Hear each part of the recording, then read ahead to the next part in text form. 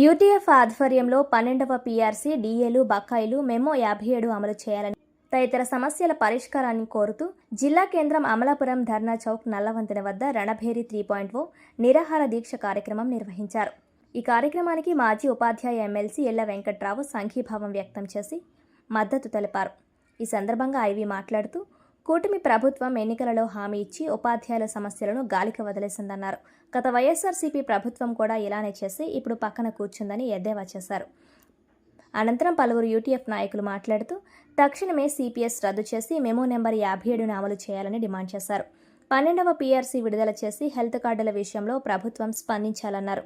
స్పందన లేకపోతే ఈ నెల 28వ తేదీన చలో సెక్రటేరియట్ కార్యక్రమం పెద్ద ఎత్తున చేపడతామని హెచ్చరించారు. ఈ కార్యక్రమంలో జిల్లా అధ్యక్షులు జీవి రమణ, ప్రధాన కార్యదర్శి ఎంటీవీఎస్ సుబ్బారావు, రాష్ట్ర కార్యదర్శి టీవీ చక్రవర్తి, మహిళా అధ్యక్షురాలు మేరీ రూత్, గౌరవ అధ్యక్షులు పెంకె వెంకటేశ్వరరావు, జిల్లా కార్యదర్శి పేనాడ శ్రీనివాసరావు, అధిక సంఖ్యలో ఉపాధ్యాయులు పాల్గొన్నారు.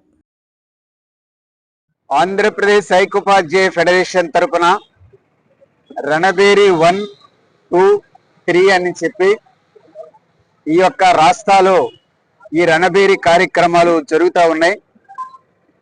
ప్రభుత్వం చూస్తూ ఉన్నది, స్పందన రహితంగా ఉన్నది. మా డిమాండ్లన్నీ కూడా చంద్రబాబు నాయుడికి తెలుసు, కానీ పరిష్కారంలో మాత్రం పిఆర్సీ నాకు వదిలేయండి అన్నాడు ఆయన. ఫ్యాప్టో చర్చల సందర్భంగా పిఆర్సీని నాకు వదిలేయండి, నేను చూసుకుంటానని చెప్పాడు. కార్యక్రమాలు చేయాల్సిన పరిస్థితి వస్తుంది. ముఖ్యంగా జగన్మోహన్ రెడ్డి పెట్టినటువంటి బకాయిలన్నీ కూడా ఇంకా అలాగే ఉన్నాయి. ఆయన మనకు బకాయిలు పెట్టిపోయాడు.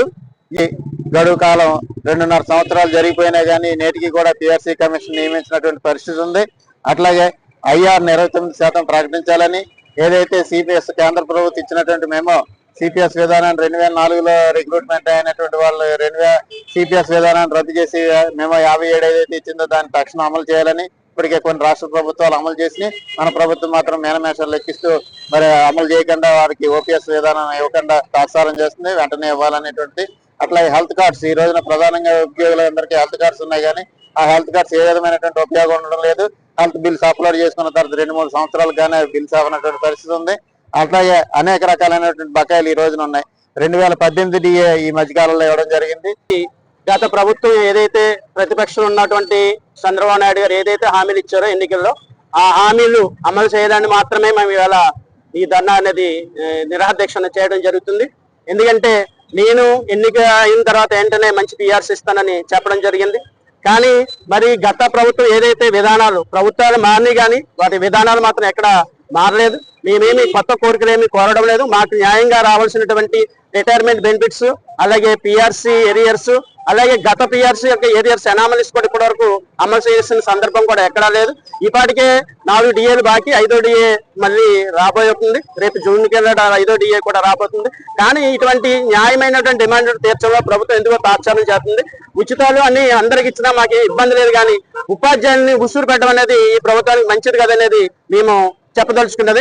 ఎందుచేతంటే మేము ఈ రకంగా నుండి హెల్త్ కార్డ్స్ కి మేము కంట్రిబ్యూషన్ కడుతున్నాం. కనీసం హెల్త్ కార్డ్స్ కూడా ఈ వేళ మనకి పనిచేయని సందర్భాలు కూడా మనకి హెల్త్ కార్డ్స్ కూడా మాకేం ఉపయోగపడడం లేదు. ఎందుకంటే మా నుంచి కంట్రిబ్యూషన్ కట్టింది వేలాది రూపాయలు ప్రభుత్వానికి జమ చేసుకుంటాం తప్ప మాకు ఏ రకమైన ఉపయోగం లేదు. అలాగే డిఏ ప్రతి 6 నెలలకు ఇవ్వాల్సిన డిఏ కూడా ఇప్పటి వరకు లేని సందర్భం ఉంది. ఎందుచేత గత 12వ పీఆర్సీ వెంటనే ప్రకటించాలి, ఐఆర్ వెంటనే ప్రకటించాలి 29% తోటి అనే ప్రధాన డిమాండ్ తోటి మేము మా ఆర్థిక అంశాల సాధన కోసం ఈ యొక్క నిరాహార దీక్షను మేము చేపడుతున్నాము.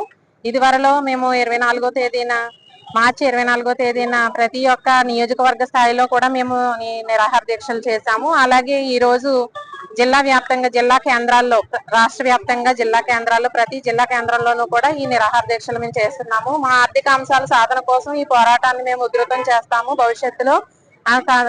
కావున దీనికి ప్రభుత్వం ముందుగానే స్పందించి మా యొక్క న్యాయమైన ప్రధాన డిమాండ్లను తీర్చవలసిందిగా మేము ప్రభుత్వానికి విజ్ఞప్తి చేస్తున్నాము. ఐఆర్ వెంటనే ప్రకటించాలి, అలాగే 12వ పీఆర్సీ వెంటనే నియమించాలి, డిఏ బకాయిలు పిఎఫ్ బకాయిలను వెంటనే విడుదల చేయాలి. అలాగే హెల్త్ కార్డు విషయంలో కూడా మాకు సత్వరం న్యాయం జరిగేలా చూడాలి. అనేకమైన నిధులు ప్రభుత్వం దగ్గర మా యొక్క నిధులు అనేవి